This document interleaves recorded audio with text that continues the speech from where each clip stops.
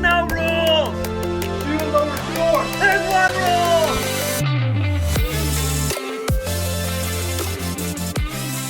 Welcome back to the No Mulligans podcast inside the studio at Franklin Bridge. It's Jack and Scott here.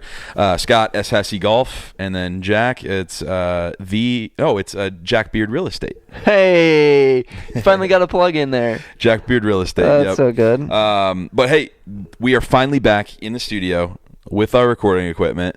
Tate is hard at work on the computer making this sound good. Yep. And we're going to be... It feels like we're finally back. I feel like we should have taken a season break there for a bit. Yeah. Well, we got some good stuff out. Well, we did. We got some good stuff. We had, I would say parts of some of the podcasts that we shot were like really good moments, or there might have been a lot of like good little tidbits, but it didn't have our same energy. Yeah. We didn't have our mics, so like we're a little out of sorts. But even when you get really good at something, sometimes things happen and you miss something. So harken back to the professor from who wrote the book, The 5 Elements of Effective Thinking, right? Like, if there's a problem you can't solve, there's an easier one you can't solve. Find it. Yeah. And sure enough, we got it working. Which is kind of goes into what we're talking about today. Yeah. Too. Yeah. Which is going to be, Scott. Well, I want to talk. I've seen a lot in some of my students. I've seen it in my own life, in my staff. We were talking about it before we came on the podcast, too. Yep. Family, people at church. Like, you just kind of, as you get to know people more, and we're coming around holidays, so, like, generally, like, things get amplified a little bit, right? It's slow season for us, which we're still pretty busy, but, and cracking the code. Shoot, that's a big shift for a lot of people. We're really pushing on them. So, like. Yeah. Just had a really cool bear tournament as well. That was great. A lot of good things are happening at the club. One thing that I love, just real quick, about Brooks and about Franklin Bridge just in general is that, like, we don't have like an off season here at Franklin Bridge. Like, we have we've got the tournament schedule somewhere in here. I saw it like right over there. And like, we've got a tournament or two in every single season here at the Bridge. I think that's just really cool. I feel like a lot of courses will shut down for the winter, but the game never stops here. No, it doesn't. And, it's the challenge is, like, as we hit stressors in life and, our team is growing, so that inherently means that there's going to be conflict. And the business is growing. So just by the nature, even if we don't have internal conflict in our team, we have conflict in, like, managing a bigger business. And so, like, what will tend to happen as we grow and expand and as our students improve, as they hit new tiers of performance and ceilings, like, your past experiences will influence your present and future reality. Like, that's kind of what I texted you and Tate about, which was like, we need a topic that I'm excited about and passionate about. And that really came up to me. It's like, your current view of what's happening in your life, good, bad, or indifferent, is viewed through the lens of your past experiences. Really important context note, subconsciously. Correct. You don't have to think about it. So it's because it's your brain's way that it's always thought. Right. Because you've been formed by your past experiences. Well, when we had Jamie on the podcast, of the Thriveless podcast, which I was on recently, which was super cool. I really enjoyed that. I love the way he asks questions too. Mm-hmm. But he even talks about like that's the first job of our brains when we get older, is to, like, protect us, right? But it actually keeps us from thriving if we stay in that mode, right? Yeah.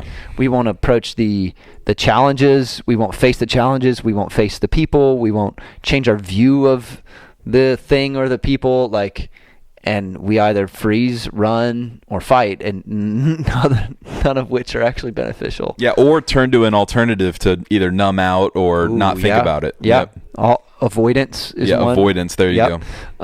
And we all do it, right? Like, I'm just as prone to it as the next person. And, if we sat in a therapy session, I could give you a nice long list. Yeah. Of all the ways I do it. I mean, one thing that I want to mention before we go too deep into it is, I think that if you want to change this, and if you're hearing what Scott's saying and you're like, man, that's me, I think the recognition is the first step. And I mean, you hear this in like the AA meetings all the time. Like the first step is admitting you have a problem. It's like, I don't even want to say you have a problem. It's just recognizing your tendencies that you have or that you've done. Right. I think that that's such a negative like stereotype. It's like a problem. It's not a problem. It's just a roadblock that you have to get through. Right. Or a speed bump or whatever. Or a speed bump, yeah. You have something in your way that you have to push through. And so, like, for me, as I'm watching some of my students, it's, to give an easy example is, from the golf side, is, hey, I've worked really hard on my driver through the winter. I've gotten really good at it. And I've played on a couple different golf courses and had some success, just casually, right? Just, chill, not pushing really hard, just not in a tournament setting, just playing. But now I'm going to go play this golf course. I'm going to go on this golf trip, right, that I've been looking forward to, right, with my buddies. I'm going to go play well. And you get there, and the question becomes, do you choose to trust and view everything that happens to you through the lens of the new you? Or do you choose, and it's a choice, that's the hard part, or do you choose to view what's happening? Maybe hit a bad shot on the first hole off the first tee. That can set in motion a spiral of like, man, here it goes again. But you've had 6 months of really good driving of the golf ball, and you've prepared really well. You've put yourself in stressful situations at your home golf course, and you've performed. Like, now all of a sudden it shows up. Is that the guy who, hey, I hit bad shots when I'm, practicing, but I don't stay that way? Or am I the guy who just keeps hitting bad shots the entire round? Yeah, that's why the people who get out on the golf course and are like, oh, it's never like this. It's because, like, we go back to the last podcast we had, it's because you're not putting enough pressure in your practice, right? And people don't, and it goes back to, I'm sure, a podcast that we did a long time ago, but you don't rise to the occasion. You fall to your highest level of preparation. And that includes the mental side. Correct. Bingo. And so, like, I think that wrestling with these thoughts and the topic that we're bringing up as far as your past experiences influencing your future, if we don't do the prep work to go and understand our past, we're never going to be able to gain in our mental preparation in the future. Well, and one of the most dangerous things, and both men and women do this, I think women do it in a different way than men, and I think there's a lot more emotional attachments that come with it. Because they process things differently, right? They're pulling in, multiple factors in, where men tend to be more this, if this, then that. They're like, if all of these things, then binary this. Instead of multiple options. Yeah. And so, but is ruminating. So Jordan Peterson has talked about this. We don't have who am I thinking of? Gary Vee. We don't have Gary Vee. We're on Jordan Peter. And Brooks actually shared this with me one time. He said there's 3 forms of thought, or 3 forms of intellect, from highest to lowest. Like, the lowest form of intellect is thought, right? Anybody can think, and you're not accountable to anybody, right? So when you're just thinking, you're not accountable to anybody. You have no way of reviewing of what's in your head, and you generally get stuck in one lane when you're just sitting there thinking.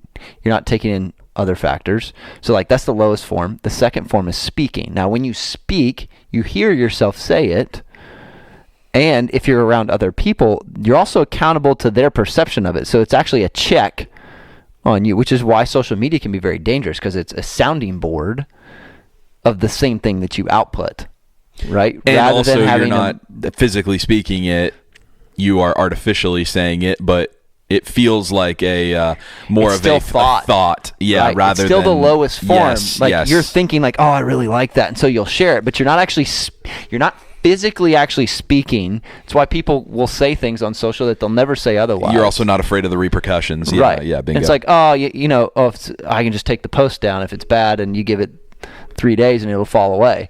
But if you speak something out in front of a group, it can stay for a while, and it hits people differently. Like, the words that you use matter. We even phrase some things poorly in some of our marketing. It's like, yeah, that's not really what we mean, and that's going to hit different. It'll shift the culture if we're not careful. So just being more intentional with those things. Yeah, it's also like speaking to. I think that's also I think what Brooks is also trying to say too is how you say it, and the posture in which you say it as well. Like, there's a lot of not subconscious, but there's a lot of other factors involved rather than just your vocal cords making vibrations, right? It's how you're standing, it's how you're projecting it, it's your sentence structure, Right. it's everything. Right. Just think about how, like, if you're really upset about something or towards someone, when you actually go and speak to them, it's almost always softer. Rarely is it at the same level, like you had it all built up in your head, because now you're accountable to the physical person that's in front of you. It might not even be softer too. It just might not be how you imagined it. Right. In your head. It won't come out the same. Could be louder. Right. It won't come out the same though, because you're accountable to what's in front of you. Yeah. And so then the third form is written. That's the highest level of intellect, because when you write, that's why I love journaling so much. Obviously, I've written 2 books, but it's not about that. Like, I get in these ruts where I don't journal, and I usually am not very healthy when I don't journal. But the other thing too is it's not necessarily what is getting written down on the page. It is the chain reaction that happens when you think the thought, and then you have to physically use your body to ink that thought on the paper. Well, and it takes longer to write than it does to speak. So it takes longer to speak than it does to think. Yep. And so you're forced to, like, how much do I actually believe or understand the thing? And sometimes you'll write and be like, I actually believe that, or like, that actually kind of sounds kind of stupid when I think about it. And sometimes you have to, I get into a really bad habit of this, and I probably need to journal more because of it.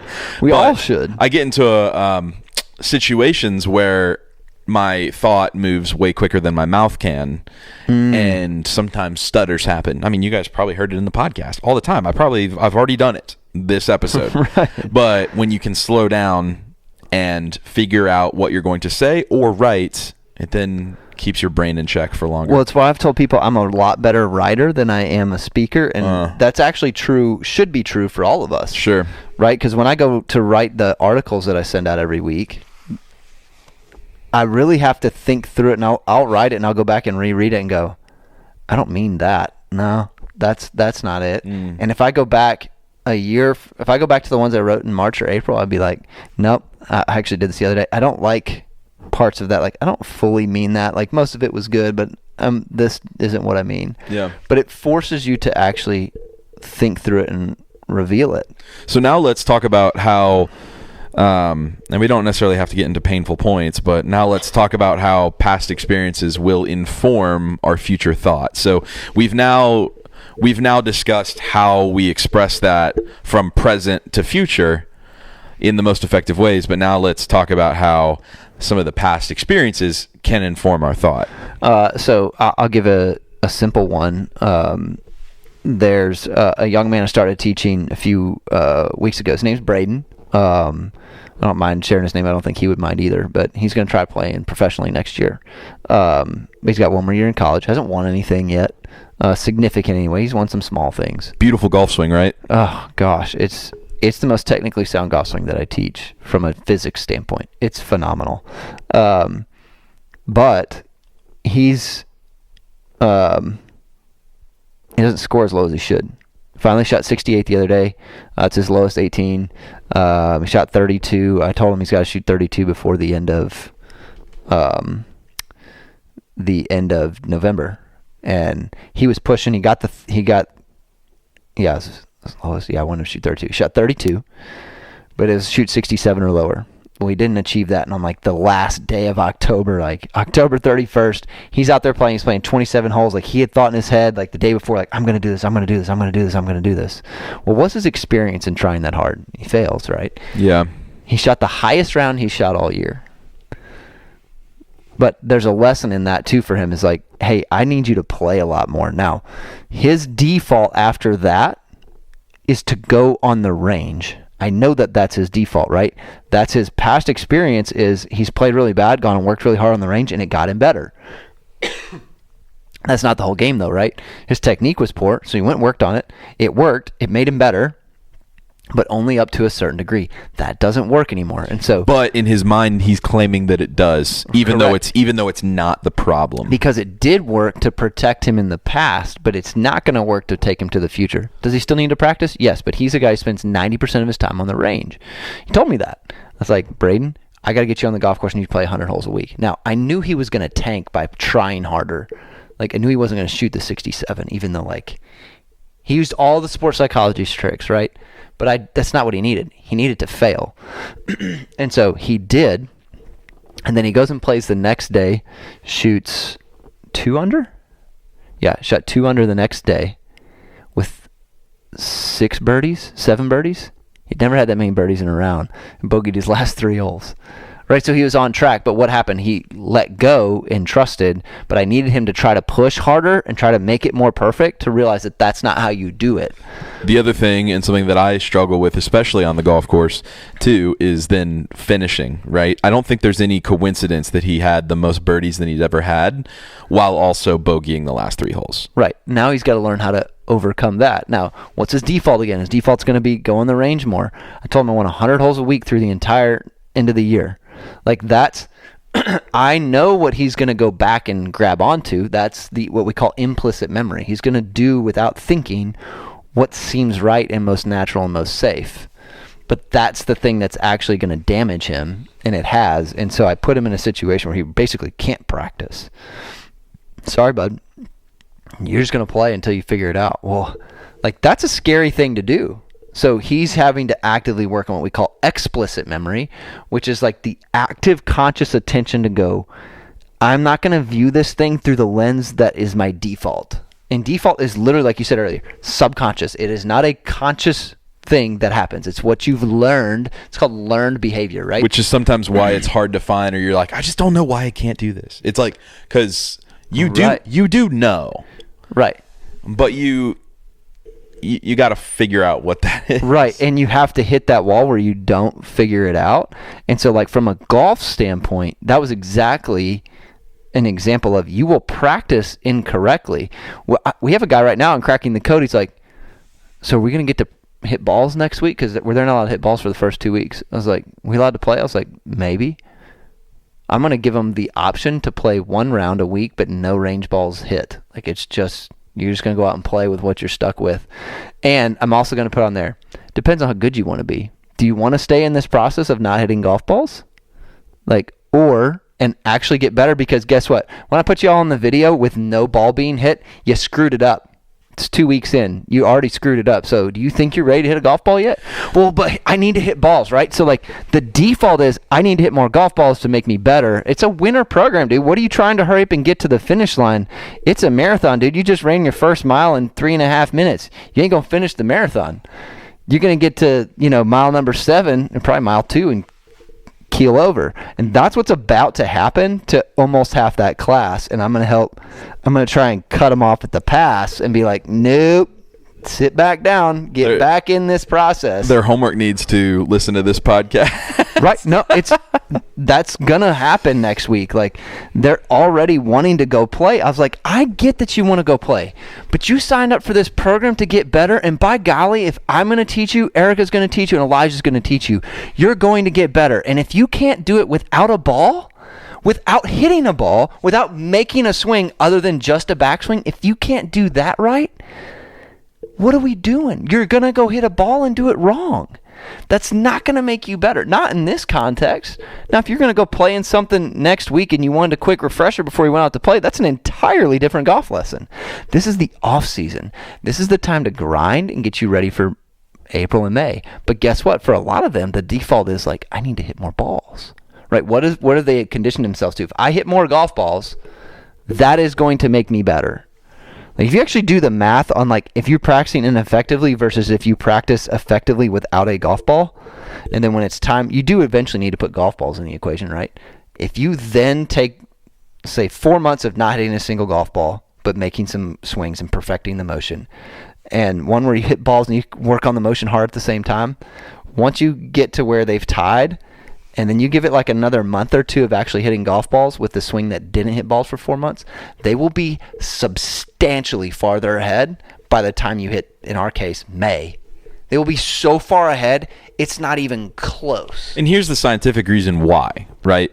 And effectively, when you take away the golf ball and you're making the motion correctly every single time, you're focused on the motion and not hitting the golf ball, correct? Right. So what is your brain's job if you were to go out and play a round, or if you were to go out and, I mean, shoot, I don't know, just hit balls on the range, right?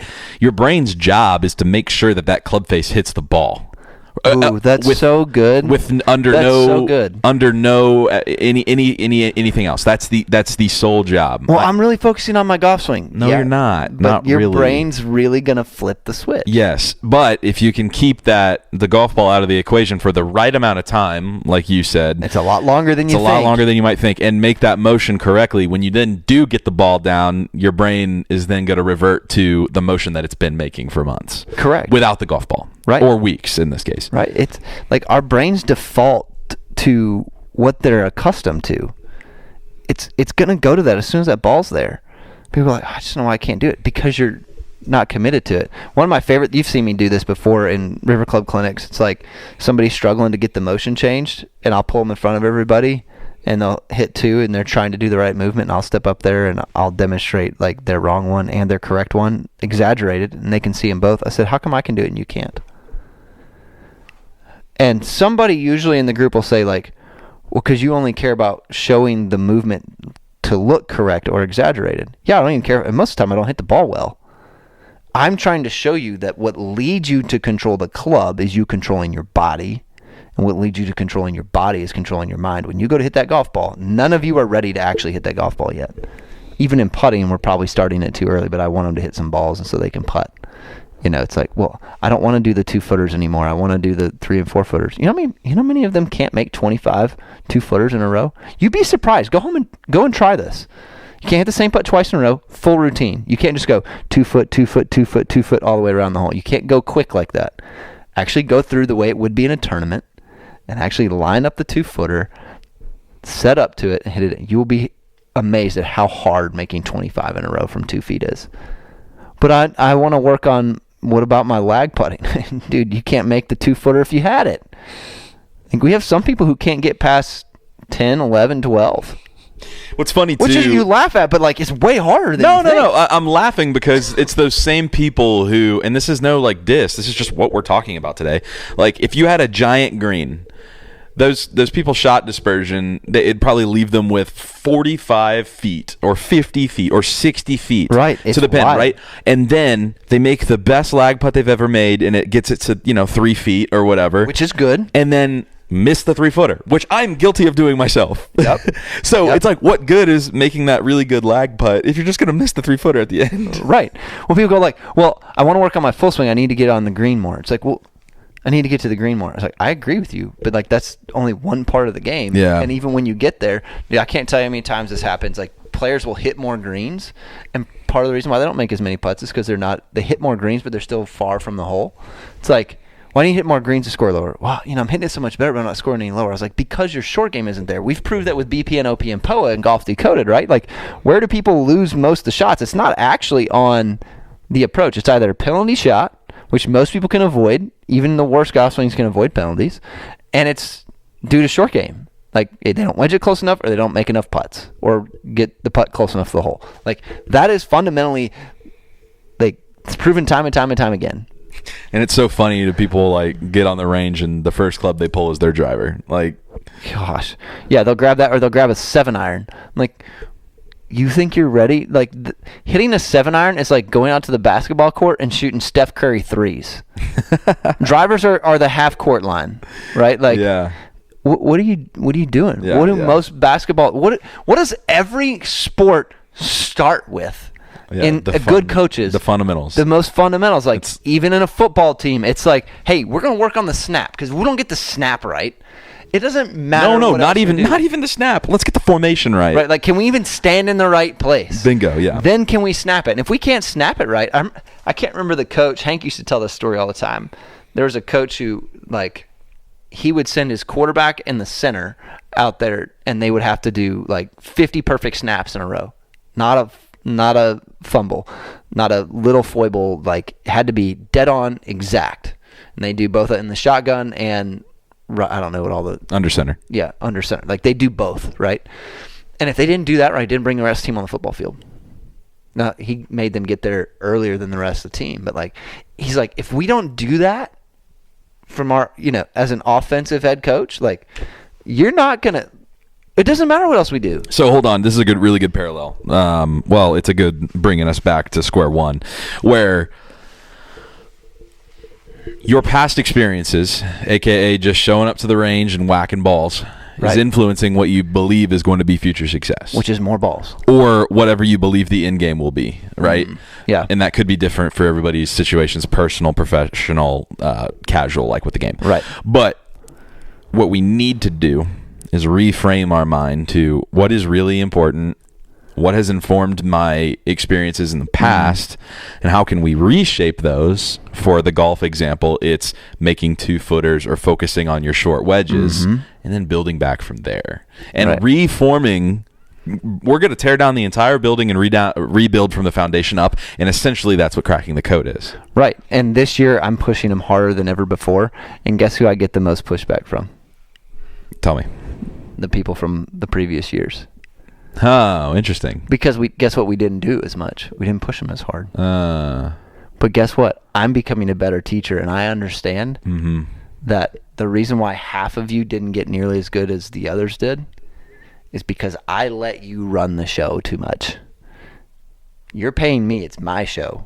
Yeah. I know how to make you better. Like when you go play for Nick Saban, you don't get to choose. You go play for Bobby Knight passed away recently. I mean, Nick Saban's a great example for right now. Bobby Knight's a great one too. But yeah, like you go there. Coach K. Coach K too. You can name any great coach. You go in there to go into, there's a reason they call it a program. Yeah. Like it is a program. Who is the women's basketball coach at Tennessee? Pat Summitt. Yeah. Like you don't get to do that. You go there because of what the program makes you. Right. And not because of what you think you can be. And Avery's doing a lot of our editing on the videos, right? Like Avery dropped 16 points in his handicap from cracking the code last year. He's the only person to practice in the way that I'm forcing people to practice this year. Now, did some people get close to that? Or varying levels of that? Yeah. And the more committed they were to the level of discomfort, the better they got and the faster they got there. Now, it feels slow. Avery's like, oh, what do you mean I don't get to hit a ball more than 100 yards with a 7-iron? He can hit a 7-iron 170 yards. Yeah, that's all you get. For how long? Until I tell you to stop. Well, I mean, I told them all, like, I need you to watch The Karate Kid before you start this. But, like, their past experiences are like, oh, man. Well, now I'm not going to hit a golf ball. But when I do, I'm probably not going to hit it very good. Well, it's also why I'm not going to let you hit it full. Right? Like, I'm trying to get you away from that implicit memory that wants to do this. And part of getting away from that is to get so far from it that it doesn't have any other choice. Like, right. It has to let go and surrender instead of trying to protect you. Bingo. So as we kind of land the plane here for this like topic, like what is something, and I'll chime in here too, but like what is something that we can do on a day-to-day basis to understand what has informed our actions up to this point? And then what can we do to recognize that when those situations come to us? And I think a lot of that people might be thinking when they're listening to this, personal stuff. Like it could be a lot of personal. Personal is way more than golf. Bingo. But I guess for this situation, I would ask you guys to explore that in your personal lives as well. But for golf specifically, like how can we understand? And I think we just went through a few good examples, but how can we understand that? Well, I think the first one is the hardest piece is self-awareness. Am I getting as good as I want to get? No. What am I currently doing? So, like, answer those questions. Like, am I where I want to be? No. What am I currently doing? And, like, write down everything you're doing. Well, I play this many times. I don't track stats, or I do track stats. These are the stats I track. These are the people I play with, because that can affect you. Right? You be playing with people that are in it, that are not helping you, right? This is how often I take lessons. This is how committed I am in my lessons. Like you can make that list as detailed as you want or as basic as you want, but the more detailed it is, the more aware you become. And then it's going, all right, what about those things is keeping me from the things that I want? And what about that is helping me get there? And for most people, you can't answer it yourself. You have to write it and hand it to somebody and we did this before on a podcast like last year. You have to be willing for them to tell you, hey man, what you think you need to do right now, it ain't right. that's not right. Like, that's not going to get you there. Like, it's just not. And so, like, that's the first phase. And that goes for the personal life too. Like, all right, how am I viewing my marriage, my parenting, my parents, my boss, my coworkers, my significant other, my significant other, my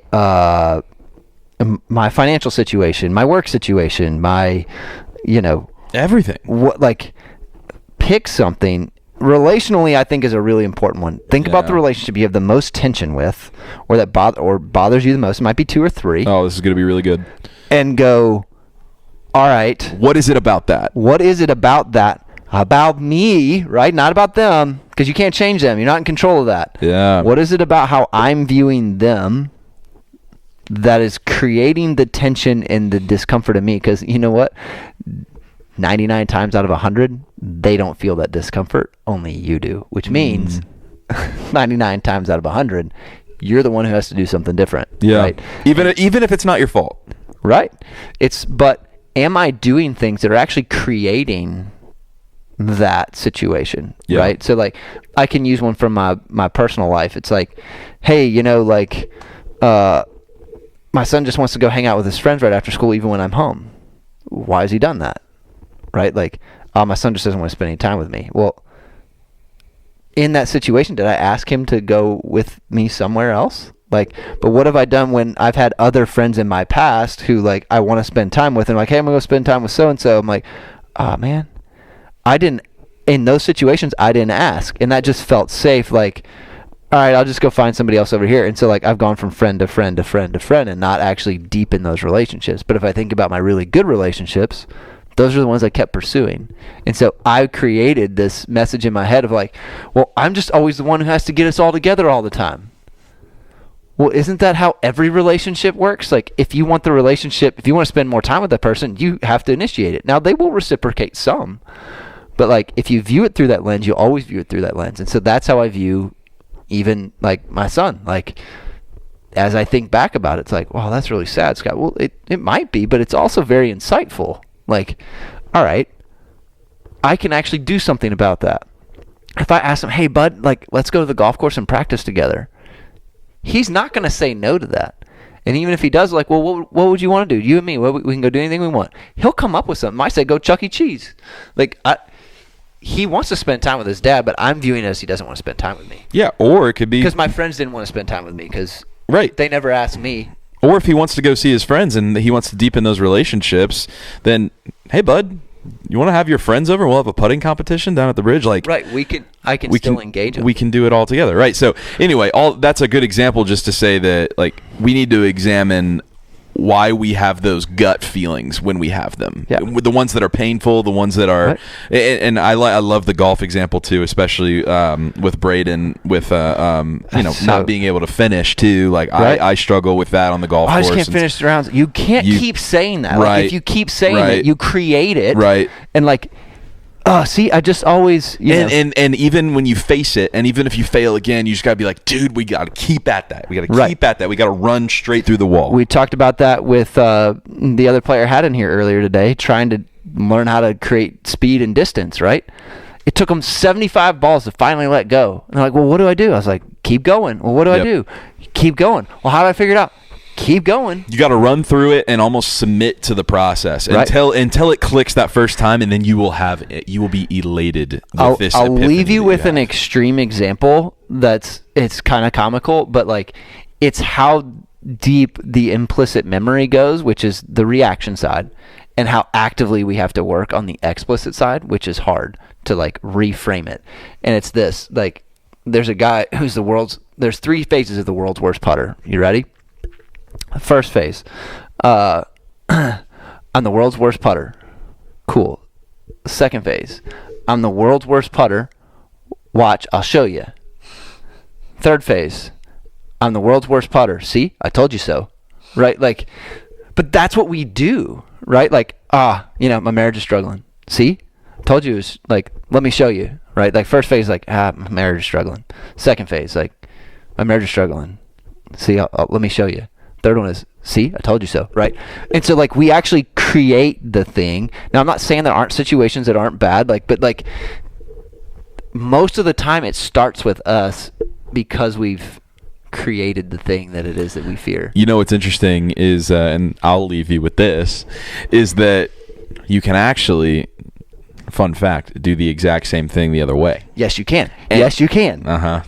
And so but it takes more effort, and it takes a conscious effort. And you have to keep doing. You have to keep doing it even when it's not fun, or even when it's hard.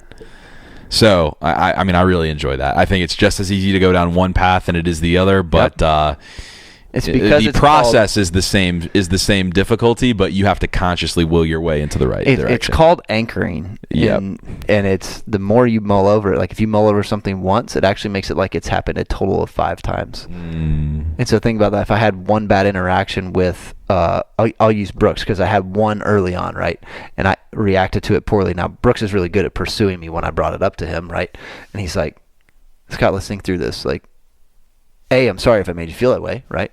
B, what can I do to help? And it's like, then you start, as we dialogue, you're like, oh, I'm actually viewing you through a lens of another experience that I had rather than just dialoguing with you, right? And so like that created the mess. And that's a skill of Brooks to make you recognize that as well. Right. But like I had to go and step my foot in it, screw it up. And you don't get a lot of people in life that'll do that for you. But it's a challenge. But the explicit memory is conscious work. And so like I've had to continue to do that. Like sometimes I'll view a text from him that way. It's like, no. What do I know is true? It's like having to shut off. You can shut off the implicit and actually reframe everything that's happened to you in the past so that it can benefit you in the future instead of ruining you. That's a sweet ending right there. That's awesome. Man, I hope you guys found this insightful and powerful. This is what I'm going through right now as a 26-year-old. I think you go through it at any time in life, right? But the earlier that you can start it, the earlier you can practice the habits of doing this positive anchoring and keep on pursuing the right way that you want to do things. I think your life will just get better with time. So, and it's perfect timing for Thanksgiving with time with family. Perfect. Use this. It'll help you. Love it.